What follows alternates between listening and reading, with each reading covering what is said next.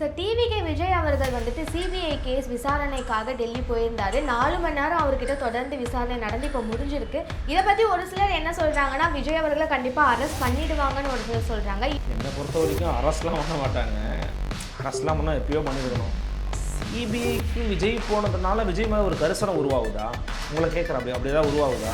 எனக்கு என்ன ஒன்றும் புரியலன்னா, சிபிஐ கூப்பிட்டாங்க பார்த்தீர்களா, இவர்களே பண்ணிட்டாங்க பார்த்தீங்களான்னு கேட்க உடன்பாடே எனக்கு இல்லை. சிபிஐ கூட என்ன பண்ணுவாங்க, கூட்டு வச்சு சுச்சுன்னு கொஞ்சுவாங்களா? 41 பேர் செத்து போயிருந்தான். பியூட்டி பார்த்தீங்களா, எத்தனை மணிக்கு போனாராங்க? குறித்த நேரத்திற்கு முன்பாகவே போனார். 6 மணிக்கு எந்திரிச்சு குளிச்சு சாமி கிமி கும்பிட்டுட்டு பல்லு வலிக்கிட்டு டிஃபன் கூட சாப்பிடாம கையில் பையில் எடுத்துக்கிட்டு தனி விமானம் முடிச்சு போயிருக்கிறார். இந்த நேர ஒழுக்கத்தை, இந்த கவனத்தை, இந்த துல்லிய தன்மையை எல்லா இடத்துலையும் பயன்படுத்திருந்தீங்கன்னா பிரச்சனை வந்திருக்குமா? பாவம் சின்ன பசங்க ஒன்றும் சொல்லி பிரயோஜனம் இல்லை. பட் ஆனால் இது எவ்வளோ டாக்ஸிக்காக இருக்குன்னு பாருங்க. உங்கள் பேர் என்ன இப்படி தான் கேட்டு ஆரம்பிப்பாங்க. அதெல்லாம் ஒரு சிபிஐ விசாரணை ஒரு நெருக்கடிக்குள்ளாக்குற விசாரணை தான். அதை அவர் எங்கேயாச்சும் பார்த்துருப்பாரா, ஃபேஸ் பண்ணியிருக்கவே மாட்டார்ல விஜய் தானே ஃபஸ்ட் டைம் அவர் வாழ்க்கையில். அவர் இஸ் பார்ன் வித் சில்வர் ஸ்பூன்மா. கருப்பு சட்டையை போட்டு விட்டார் எங்கள் தலைவர் அப்படின்னு பேசுகிறாங்க. இதெல்லாம் நகைச்சுவையாக இருக்குல்ல. சதி கோட்பாடு தானே அவர் பேசினார். சிஎம் சார் நான் வீட்டில் இருப்பேன், நான் ஆஃபீஸில் இருப்பேன், என்ன வேணா பண்ணிக்கோங்க அப்படின்னு சொன்னார்ல. அதை அவங்க போய் சொல்லியிருப்பாரு. என்ன கூட்டணி கூட வர வைக்க பார்க்குறியா? நெவர். திரும்பி போகிற ஐடியாவே இல்லை.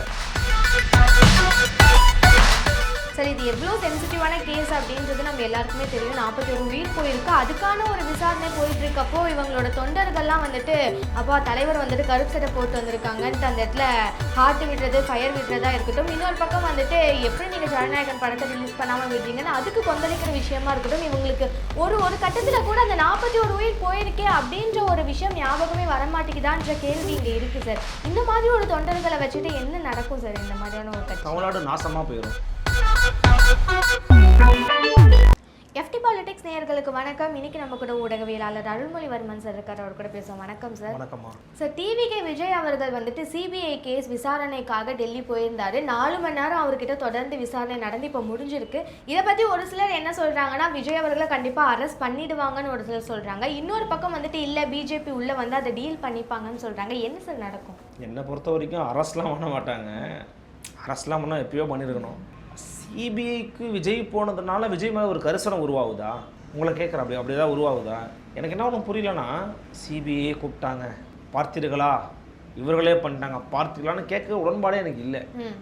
சிபிஐ கூட என்ன பண்ணுவாங்க, கூட்டு வச்சு சுச்சுன்னு கொஞ்சுவாங்களா? 41 பேர் செத்து போயிருக்கான். 41 உயிர் பலியாகி இருக்குது.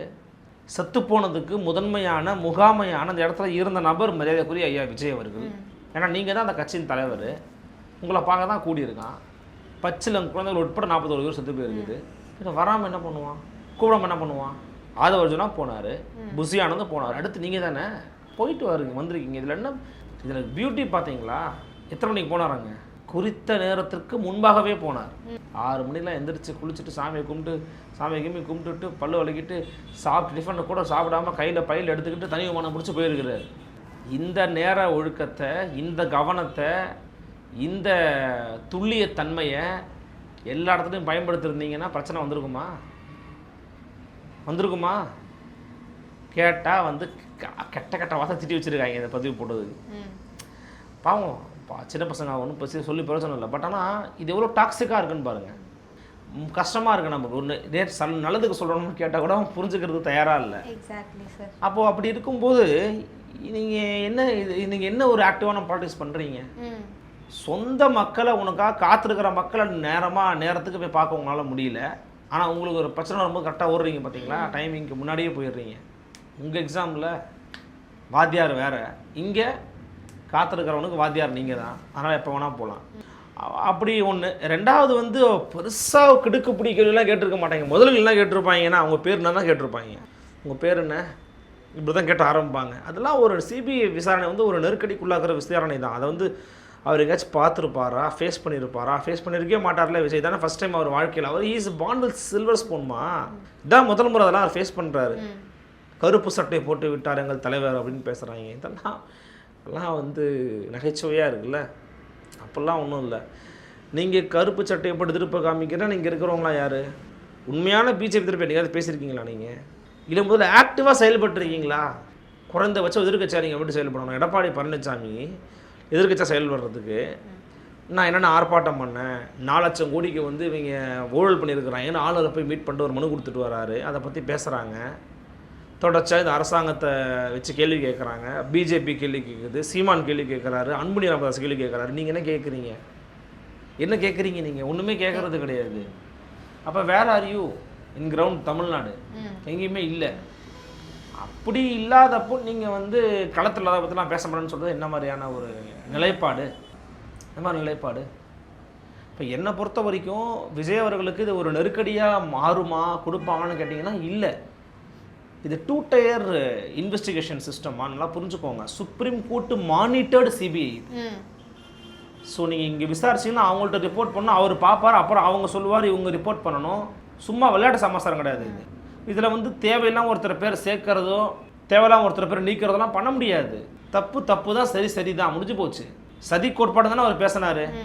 சிஎம் சார், நான் ஒன்று இங்கே இருப்பேன், இல்லைன்னா சார் நான் என் வீட்டில் இருப்பேன், இல்லைன்னா ஆஃபீஸில் இருப்பேன், என்ன வேணால் பண்ணிக்கோங்க அப்படின்னு சொன்னார்ல. அதை அங்கே போய் சொல்லியிருப்பாருன்னு நினைக்கிறேன். வேறு என்ன சொல்லியிருப்பார்? சதி கோட்பாடு சார் இது, இவங்க தான் சார் பண்ணிட்டாங்கன்னு சொல்லியிருக்கணும். அவர் சொன்னாரா நமக்கு தெரியாது. அதான் சொல்லியிருப்பார் கேட்டிருந்தாலும். அதை சொல்லி இல்லைன்னா என்ன கூட்டணிக்குள்ளே வர வைக்க பார்க்குறியா? நெவர். திரும்பி போகிற ஐடியாவே இல்லை அப்படின்னு பேசியிருப்பாரா? தெரியல. என்னன்றது தெரியல. அவர் பக்கம் என்ன பேசினாருன்றது வெளியே வரப்போ தான் தெரியும். என்னன்னா ஒன்று சொல்லலாம், விஜய் மீது கரிசனத்தை உருவாக்குவதற்கு பிஜேபி விரும்பாது. அது பணந்துன்னு கொட்டை போட்ட கட்சி. இதெல்லாம் மேபி பெருசாக டச் பண்ணியிருக்க மாட்டாங்க, பண்ணவும் முடியாது. இது 41 உயிர் சம்மந்தப்பட்ட விவகாரம். ஆனால் அவர் நெருக்கனுக்கு உள்ளாக்குற மாதிரி தெரியல. அவர் கேட்டகளுக்கு பதில் சொல்லிட்டு வந்துட்டாருன்னா பிரச்சனை கிடையாது. அவ்வளோதான் எனக்கு தெரிஞ்சு. சரி, இது எவ்வளோ சென்சிட்டிவான கேஸ் அப்படின்றது நம்ம எல்லாருக்குமே தெரியும். 41 உயிர் போயிருக்கு. அதுக்கான ஒரு விசாரணை போயிட்டு இருக்கப்போ இவங்களோட தொண்டர்கள்லாம் வந்துட்டு அப்பா தலைவர் வந்துட்டு கருப்பு சட்டை போட்டு வந்திருக்காங்கன்ட்டு அந்த இடத்துல ஹார்ட் விடுறது, ஃபயர் விடுறதா இருக்கட்டும். இன்னொரு பக்கம் வந்துட்டு எப்படி நீங்கள் ஜனநாயகன் படத்தை ரிலீஸ் பண்ணாமல் விடுறீங்கன்னு அதுக்கு கொந்தளிக்கிற விஷயமா இருக்கட்டும். இவங்களுக்கு ஒரு கட்டத்தில் கூட அந்த 41 உயிர் போயிருக்கே அப்படின்ற ஒரு விஷயம் ஞாபகமே வரமாட்டேங்குதான்ற கேள்வி இங்கே இருக்குது சார். இந்த மாதிரி ஒரு தொண்டர்களை வச்சுட்டு என்ன நடக்கும் சார் இந்த மாதிரியான ஒரு கட்சி? தமிழ்நாடு நாசமாக போயிடும். இப்போல்லாம் எந்த கட்சிக்கு இருந்தாலும் தமிழ் நாசமாக போயிடும். நம்ம ஏன் வந்து விஜய் அவர்களுடைய அரசியல் ஆபத்தானது நம்ம நினைக்கிறோம்னா, நான் இப்போ ஃபீல் பண்ணுறேன். இப்போ அண்மை காலமாக அதை ஃபீல் பண்ண ஆரம்பிச்சிட்டேன். ஃபஸ்ட்னா அப்படி ஒரு ஃபீல் இல்லை எனக்கு.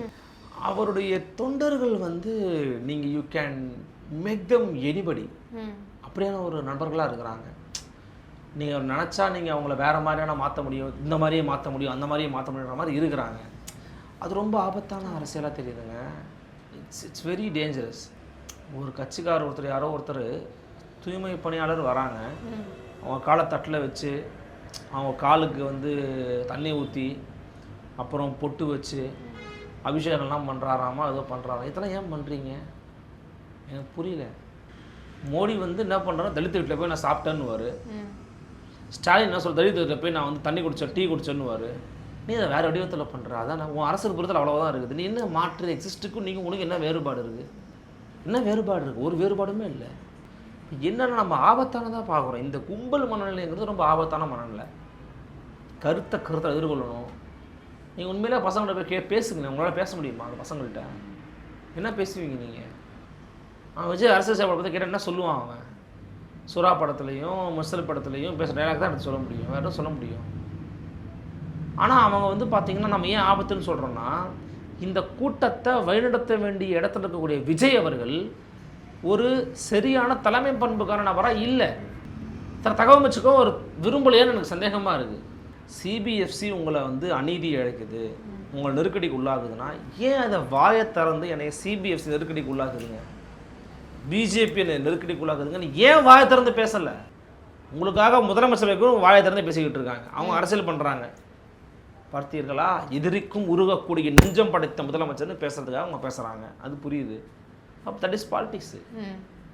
நீங்கள் சும்மானா அவர் எங்கேயோ இருக்கிறாரு முதலமைச்சர் ஸ்டாலின்.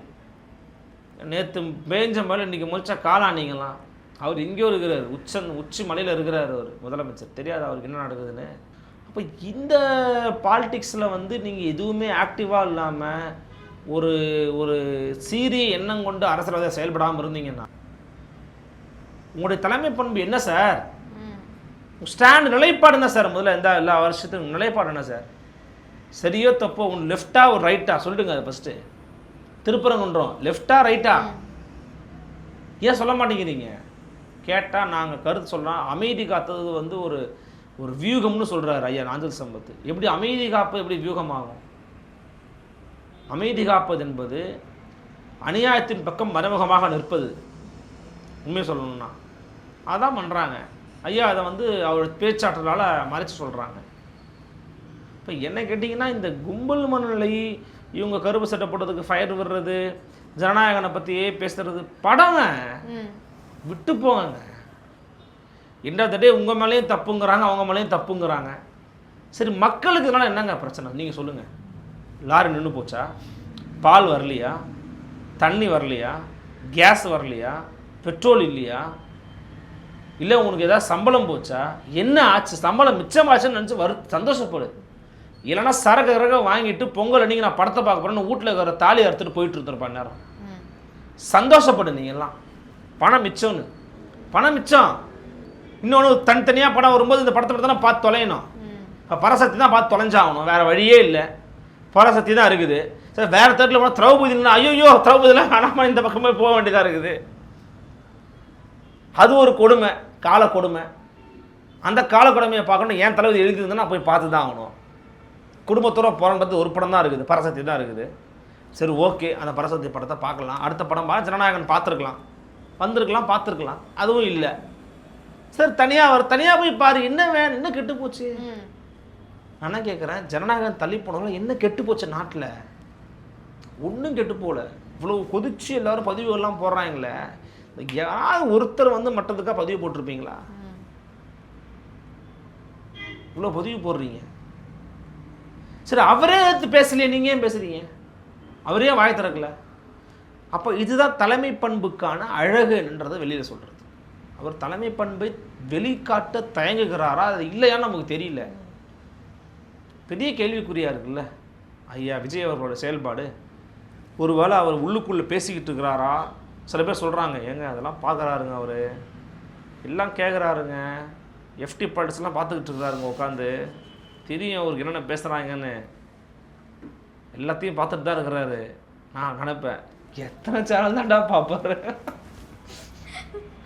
அவர் அப்படி பார்க்க ஆரம்பிச்சாருன்னா நான் காலையிலேருந்து நைட் வரைக்கும் சேனல்ஸை மட்டும்தான் சார் பார்த்துட்டு இருக்கணும், சும்மாவே ஒன்றும் பண்ண மாட்டாருன்னு சொல்கிறாங்க. இல்லை, எத்தனை சேனல் தான் பார்ப்பாரு விஜய்? யோசிச்சு பாருங்க.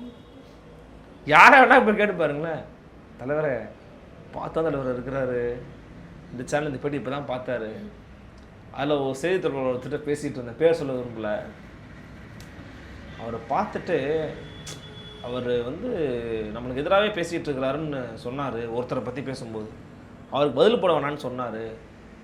கான்ஃபரன்ஸில் அதை பற்றி ரொம்ப டீப்பாக டிஸ்கஸ் பண்ணிகிட்டு இருந்தோம்லாம் சொன்னார். நான் கேட்டேன், இதெல்லாம் டிஸ்கஸ் பண்ணுற அளவுக்கு அவர் பார்க்குறாரா? அப்போல்லாம் பார்த்தா நிறைய மாறி இருக்கணும் தமிழ்நாட்டில், கட்சிக்குள்ளேயே மாறி இருக்கணும். கரூர் சம்பவத்திலே எக்கச்சக்கமாக மாறி இருக்கும். ஸோ அவங்கள பொறுத்த வரைக்கும், தாவேக்காவை பொறுத்த வரைக்கும் சரி, விஜயை பொறுத்த வரைக்கும் சரி, அவங்களுக்கு வந்து ஒரு நோக்கம் இருக்குது. திமுகவை எதிர்த்து நம்ம கட்சி ஆரம்பிக்கணும். உங்களுக்கு தெரியுமா, ஜனநாயகனில் வந்து ஆக்சுவலாக 2-3 சீன்ஸ்லாம் இருக்குது. அந்த சீனில் வந்து எனக்கு இப்போ ஒருத்தர் சொன்னார், சப்ஜெக்ட் டு கரெக்ஷனாக இருக்கலாம், நான் மேபி நான் கூட அவர் தவறாக சொல்லிக்கலாம், நான் தவறாக கூட உங்களுக்கு சொல்லலாம். ஆனால் ஒரு சில சீனுக்கு தான் பேசப்படுது. அதில் சிஎம்மோட பையனை வந்து கொலை பண்ணுற மாதிரி ஒரு சீன் இருக்கான். அது மட்டும் வந்துச்சுன்னா அவ்வளோதான் சார்.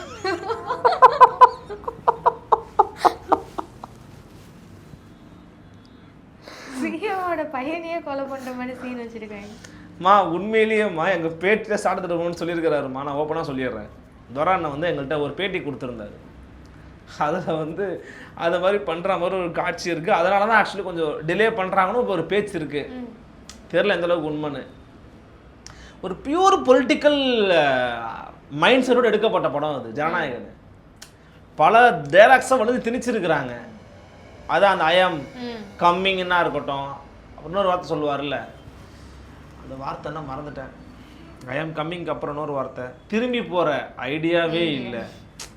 அது இந்த மாதிரி நிறைய விஷயங்கள் ஒரு பாலிடிக்ஸ்க்காக தான் பேசியிருக்காரு.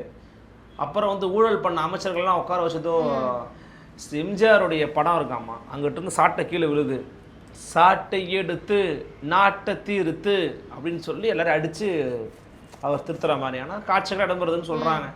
Pure political drama. அவர் மேடையில் பேச வேண்டிய எல்லாத்தையும் பேச முடியல, அண்ணன் விஜயால பேச முடியல.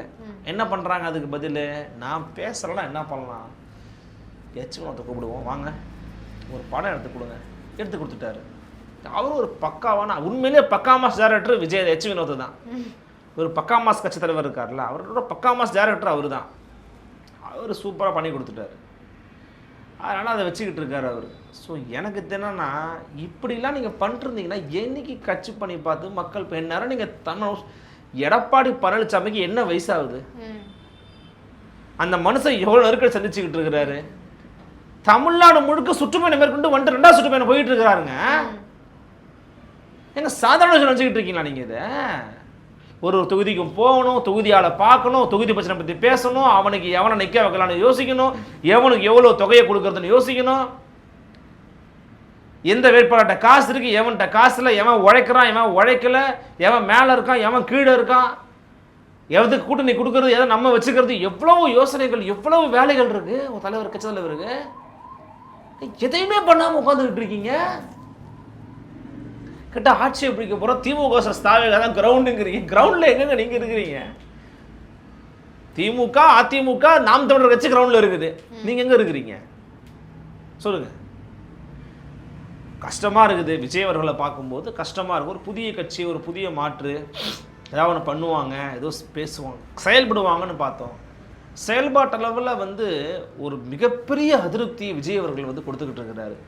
இது தொடர்ந்து போயிட்டே இருந்துச்சுன்னா உண்மையிலே சிபிஎஃப்சி அவருக்கு ஒரு பிரச்சனை கிடையாதுங்க.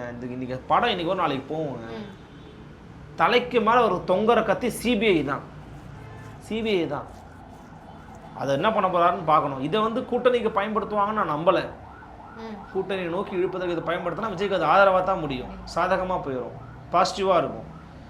உங்களுக்கு ஒரு சொல்லவா, இந்த ஜனநாயகம் வராததுக்கு காரணம் கிரவுண்டில் போய் நீங்கள் ஒரு பைட் எடுத்து போடுங்க. எஃப்டி பாலிடிக்ஸ் போயிட்டு கிரவுண்டில் போய் பைட் எடுத்து போடுங்க.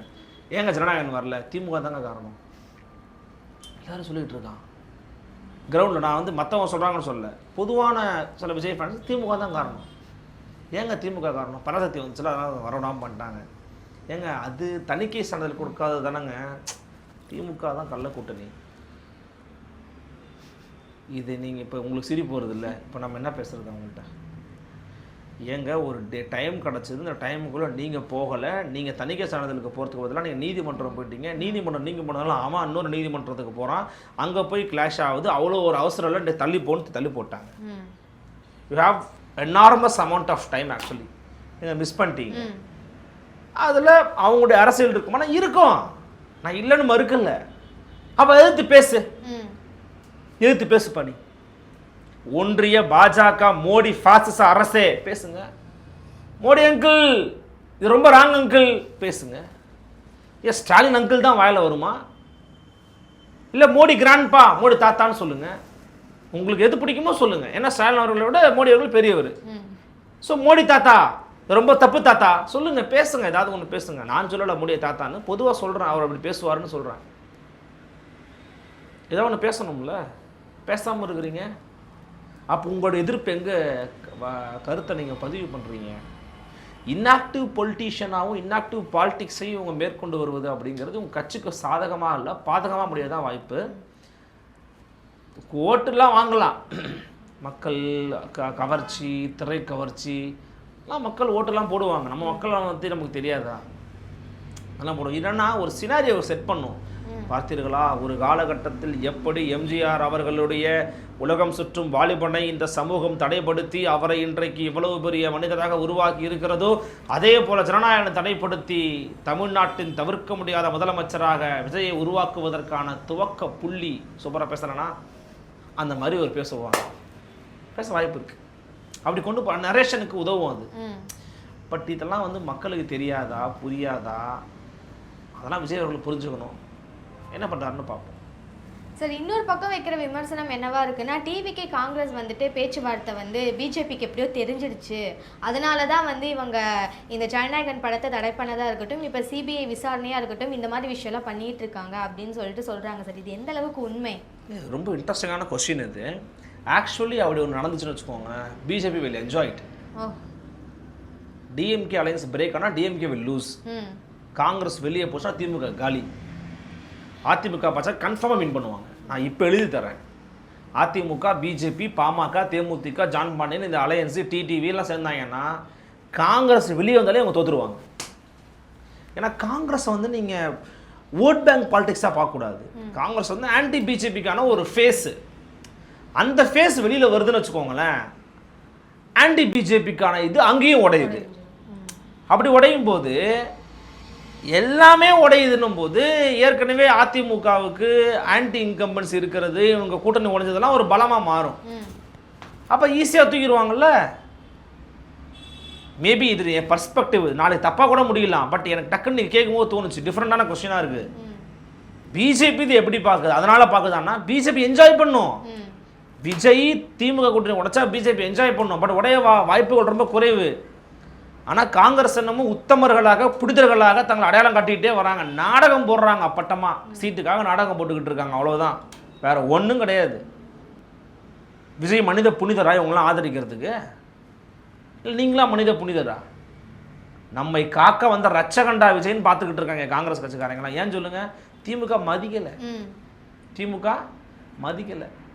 டைரெக்டாக நாட்டாம டு பங்காளி, பங்காளி நாட்டாம தான். ஒன்று ராகுல் காந்தி சோனியா காந்திகிட்ட பேசுவார், இல்லைனா திருப்பி ஸ்டாலின்ட்ட பேசுவாங்க. அவங்களோட மாதிரி தான் பேசுவாங்க. இவங்கள்ட்டலாம் பேசிக்கிறதே கிடையாது.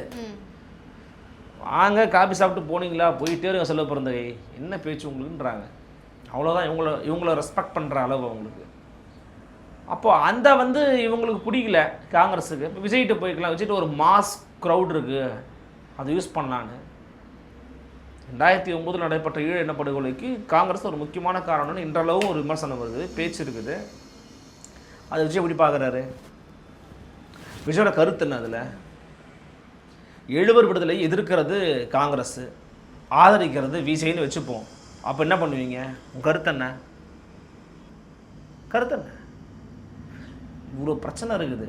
அப்போ விஜய் வந்து அந்த கூட்டணியை உடைக்கிறாருன்னு தெரிஞ்சதுன்னா பிஜேபி அதை விரும்பும். Will enjoy it, please do it man அப்படின்வாங்க. பண்ணுங்கன்னு சொல்லுவாங்க, கட்டாயம் பண்ணுவாங்க, பண்ணணும்னு ட்ரை பண்ணுவாங்க, அதை நோக்கி நகருவாங்களே தவிர அதற்காகலாம் போய் விஜயை வந்து நெருக்கடிக்குள்ளாங்க மாட்டாங்க. பாஜக இப்போ திமுகவின் பி டீமா நீங்கள் சொல்கிற மாதிரி பார்த்தாங்க? ஏங்க பாஜக திமுகவின் பி டீமா என்ன? திமுக தான் பாஜகவின் பி டீம்னு வேறு ஒரு தேரி ஒன்று இருக்குது. அதுதான் நம்ம ஐயா விஜய் சொல்கிறாரு, கள்ள கூட்டணி, அதை வச்சு தான் தாக்குறாங்கன்றாரு. விஜயால நீங்கள் விஜயோடைய டிவிக்கில் இருக்கீங்களா? இல்லை சார், சொல்கிறேன். ஏன்னா தியரியே வந்து ரொம்ப டிஃப்ரெண்ட்டாக இருந்தது, அதனால் சொல்கிறேன். அதுக்கான வாய்ப்பு இல்லை. பட் டிஎம்கேவோட அலையன்ஸு வந்து ஒரு டைல்யூட் ஆகிறதுக்கு விஜய் ஒரு பெரிய காரணியாக மாறிட்டே போகிறாரு. காங்கிரஸ் கட்சிக்காரெல்லாம் கூட்டத்தில் இருந்தாலும் ஓட்டு போட மாட்டான். என்ன பண்ணுவேன்? தூக்கிட்டு போய் விஜய் குத்திடுவான். விஜய்க்காரன் ஓட்டு போட மாட்டான், விஜய் குத்திடுவான். அப்புறம் ஓட் பேங்க்கு காலி டப்பா தான். இந்த பெருங்காய டப்பா இருக்கும், என்ன இருக்கும் அதில்? வெறும் வாசனை தான் இருக்கும்ல. வாசனை வச்சுட்டு வாழ வேண்டியது தான் நீங்கள். அப்படி போயிடும். சரி, இந்த சிபிசிஐ விசாரணை வந்துட்டு இப்போ முடிஞ்சிடுச்சு, ஃபுல்லாக முடிஞ்சிடுச்சு. ஒருவேளை இதோட தீர்ப்பு அப்படின்றது வந்துட்டு விஜய் அவர்களுக்கு ஆப்போசிட்டாக வந்துட்டா அவங்களோட நிலைப்பாடு என்னவா இருக்கும்? அதெல்லாம் இப்போ வராதுங்க. வராது, அதெல்லாம் வராது. அதெல்லாம் ரொம்ப நாள் ஆகும், இழுத்தடிப்பாங்க, ரொம்ப வருஷம் ஆகும். அதனாலலாம் விஜய்க்கு இந்த பாதிப்பு ஏற்படாது. 1-2 வந்தால் கூட அவர் பாசிட்டிவாக மாற்றிக்கிடுவார். அவ்வளோ பெரிய ஒரு ஆதரவு இருக்குது மக்கள் மத்தியில். புரியுதுங்களா உங்களுக்கு? ஈஸியாக மாற்றிடும். அதனால் தீர்ப்பு வராது, தீர்ப்பால் எந்த பாதிப்பு ஏற்படாது. அது ரொம்ப நாள் ஆகும். அது சிபிஐட்ட போனது என்றைக்குமே முடிஞ்சிருக்கு. ஏதாவது ஒரு கேஸ் சொல்லுங்கம்மா, ஒரே ஒரு கேஸ் சிபிஐட்ட போயிட்டு சார் இவ்வளோ தூரம் முடிஞ்சிருக்கு சார் ஒரு கேஸ் சொல்லுங்கள். சீக்கிரம் முடிஞ்ச மாதிரி ஒரு கேஸ் முடிஞ்சதே கிடையாது. என்ன சீக்கிரம் முடிஞ்சதே கிடையாதுமா வரலாற்றில். அதனால் அதை நினச்சி நீங்கள் வருத்தப்படாதீங்க. விஜய்க்கு ஒன்றும் ஆகிடாது. எனக்கு தொட்டு போகாதீங்க சொல்கிறேன். என்ன நடக்குதுன்றதை பார்ப்போம் சார். ஏன்னா எலெக்ஷனுக்கு கொஞ்ச நாள் தான் இருக்குது அப்படின்றப்போ இந்த அலைன்ஸ் யார் கூட யார் வைப்பாங்க அப்படின்றதே ஒரு பெரிய கியூரியாசிட்டியாக இருக்குது. ஸோ என்ன ஆகுது, யார் எங்கே போய் சேர்றாங்க அப்படின்றத பொறுத்து இருந்து பார்ப்போம். ரொம்ப நன்றி சார், தகவல் சொல்லியிருக்கீங்க.